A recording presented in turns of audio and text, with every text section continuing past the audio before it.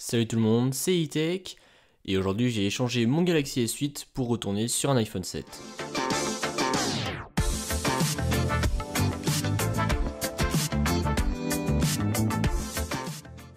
Alors oui, j'ai tenu à peine un mois avec le Galaxy S8 et je vais vous expliquer pourquoi. Je vais essayer de faire court parce que bon, je sais que les vidéos où il y a juste un plan où on montre pas grand chose, c'est vite ennuyant, donc je vais vous la faire courte. Donc en gros, avec mon S8, voilà, j'avais pas mal de problèmes, déjà notamment dans ma maison. Faut savoir que je suis chez Free et dans ma maison ça capte pas super bien. Enfin ça va, mais voilà, avec un iPhone ça marche très bien. Mais alors par contre avec les Samsung, je sais pas ce qui se passe avec leur accroche antenne, mais alors c'est vraiment de la merde. Clairement quand je suis dans ma petite salle de jeu, je peux pas envoyer de message dans ma chambre, faut que je sois à la fenêtre et tout, donc ça déjà ça me saoulait. En plus je trouve qu'il y a beaucoup d'applications qui buggaient, etc. En soi le Galaxy S8 est très bien pour un utilisateur Android, mais pas pour les besoins que j'en ai. Parce que par exemple quand je le pousse etc, voilà, ça, c'est pas que ça lag, mais il y a pas mal d'applications qui s'arrêtent de marcher quand on le pousse vraiment beaucoup. Et voilà, c'était juste un truc qui était pas fait pour moi. En plus, encore pour le prix qu'il vaut, il y a vraiment beaucoup trop de défauts. Je suis désolé, il vaut plus qu'un iPhone 7. Alors qu'un iPhone 7, voilà, pour moi c'est une valeur sûre. Je sais que ça buggera jamais. Là, vous allez dire, ah ouais, t'es un pro Apple. Non, non, c'est juste la réalité. Parce que là, franchement, pour avoir testé les deux, voilà, je vous dis, il n'y a pas photo, quoi. Clairement, après, c'est peut-être parce que je suis juste chez Free que ça buguait. Donc là, déjà, ça m'a saoulé. Autre exemple, j'étais dans un centre commercial. Et là, je voulais installer Clash of Clans. Car j'étais avec un pote qui m'a montré la mise à jour et tout. Bref, j'avais envie d'y rejouer. Et là, je captais la 3G et tout, ça me mettait que tout captait bien, et là, impossible de télécharger le jeu. Mais quand je vous dis impossible, c'est que ça me mettait en restant 4 heures, alors que pourtant je captais la 4G. Donc encore une fois, je pense qu'il doit y avoir des problèmes en termes d'accroche réseau chez Samsung.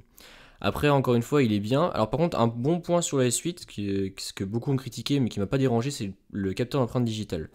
Franchement, ça m'a pas choqué, et je trouve que voilà, le doigt tombe direct en dessous, donc voilà, ça, pas de souci. Comme dirait mon pote AJ4MS, d'ailleurs je vous mettrai le lien de sa chaîne dans la description, voilà, c'est un smartphone qui est pas fini. Clairement, Samsung a voulu sortir un truc sans bordure dans les premiers et tout, ce que je peux comprendre. Mais voilà, pour le prix qu'il vaut, franchement, il vaut juste pas son prix, quoi. Il y a beaucoup trop de défauts pour un smartphone à ce prix-là. Après, je dis pas qu'Android c'est fini pour moi parce que je sais que j'y reviendrai et ça c'est une évidence, c'est juste une grosse évidence, quoi. J'y reviendrai, c'est sûr. Je veux tout le temps tester les nouveaux smartphones et tout, donc ça c'est sûr que j'y reviendrai. Mais Samsung c'était juste pas pour moi. J'avais extrêmement aimé le Galaxy S7, lui il n'y avait pas trop de problèmes, etc. Mais là le S8 c'est pas possible. Trop de problèmes pour le prix. Encore une fois, à ce prix-là, on peut pas se permettre d'avoir de tant de défauts.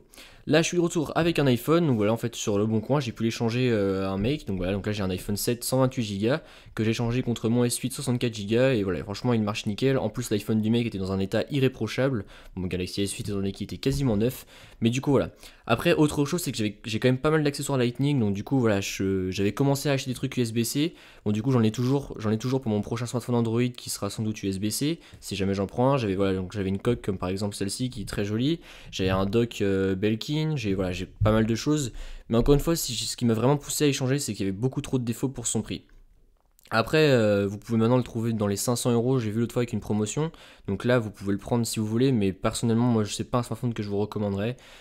Pour les performances que j'en ai eu, en tout cas, je ne le recommande pas. Si vous voulez une valeur sûre, voilà, achetez plutôt genre un Honor 9 ou un OnePlus 5 parce que eux ils coûtent deux fois moins cher. Et après, voilà, si vous avez des bugs sur ces téléphones-là, je pense que c'est moins grave qu'un téléphone à 800 balles parce que voilà, on se dit ouais bon, 400 €, on peut laisser quand même une marge d'erreur, bon, même si le OnePlus 5 a vraiment une tuerie, ce qui sera d'ailleurs peut-être mon prochain smartphone. Mais voilà.